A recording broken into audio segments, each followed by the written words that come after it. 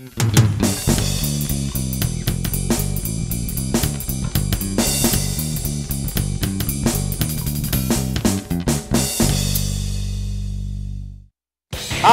and welcome to Geno's Picks. I know, I went 0-2 in the conference championships, but so what? There's only 2 games to pick from, right?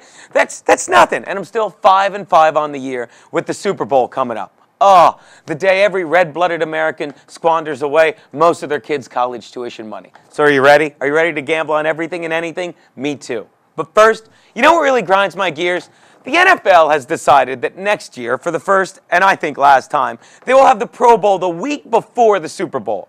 Wow, how can you make a boring, meaningless game even more boring and more meaningless?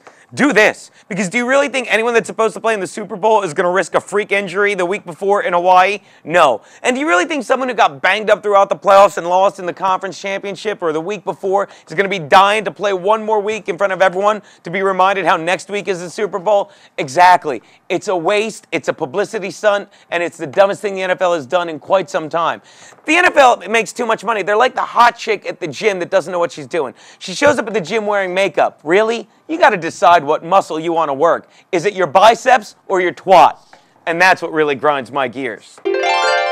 My first pick of 5, because again, Super Bowl, you can't bet enough, all right? You ready for this? You don't even have to wait for the game to start. The over-under on Jennifer Hudson singing of the national anthem is currently at 1 minute and 54 seconds. People, take the over, because anyone that's ever watched the Super Bowl or World Series or anything where these stars get a huge audience, they always have to drag it out and add extra little ooh and all these tweaks that annoy you to no end and don't sound anything like the actual song. On top of that, has anyone seen Jennifer Hudson, this megalomaniac camera hog windbag that she is? If you need more proof, just go to YouTube and Google Jennifer Hudson and you will see how long she's going to go. Just don't make the mistake I made and Google Super Bowl blowout, or you'll wind up with some pictures of her brother. Take the over.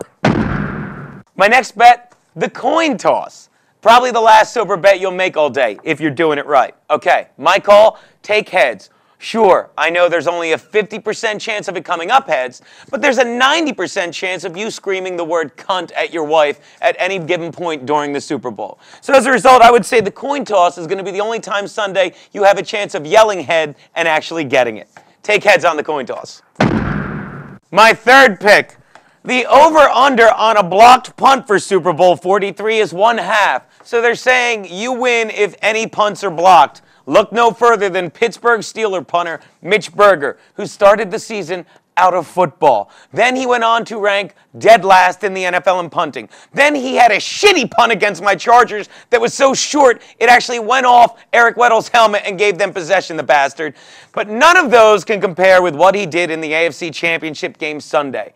Before he punted a ball that went a total of 20 yards, his foot went so low that he kicked up a ton of earth before making contact.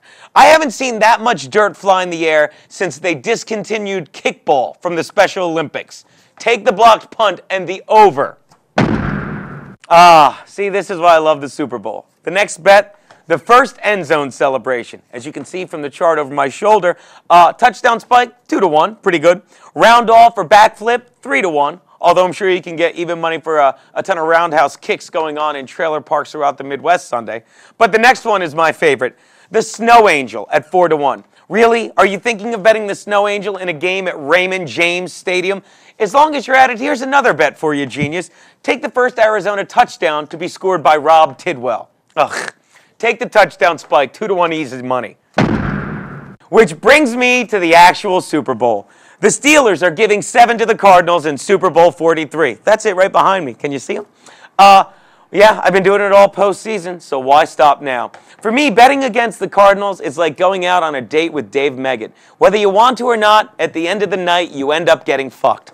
But it doesn't matter, because I'll tell you 3 things that are leaning me towards the Steelers. 1, Big Ben Roethlisberger. He's a classy dude, and he holds himself to a high standard. And don't think the Super Bowl numbers from Super Bowl 40, 9 of 21, 123 yards, 0 TDs, and 2 picks aren't pissing him off. And even in those awful numbers, he made some great throws when he had to. Now it's 3 years later. Big Ben is all grossed up, all grossed up, all grossed up. He's having a great postseason, and I look for that trend to continue, and he's going to put up big numbers. Yes, I know Hines Ward is out, and Nate Washington is filling in, and he has trouble holding on to balls. In fact, the only place where you're going to see more balls dropping than Nate Washington film footage is probably a 5th grade health class. But that doesn't matter, because the bottom line is the Steelers' incredible defense, arguably, if not better, than the 91 Eagles D, leading in every category across the board. What can you say about Dick LeBeau's squad? That said, the Cardinals aren't ready for the speed. And Kurt, the bitch can't say I didn't warn her, is going to have trouble. Yes, Larry Fitzgerald gets way up there, but it won't be enough. And in the end, take the Steelers and give the 7. That's the end of Geno's picks for the year.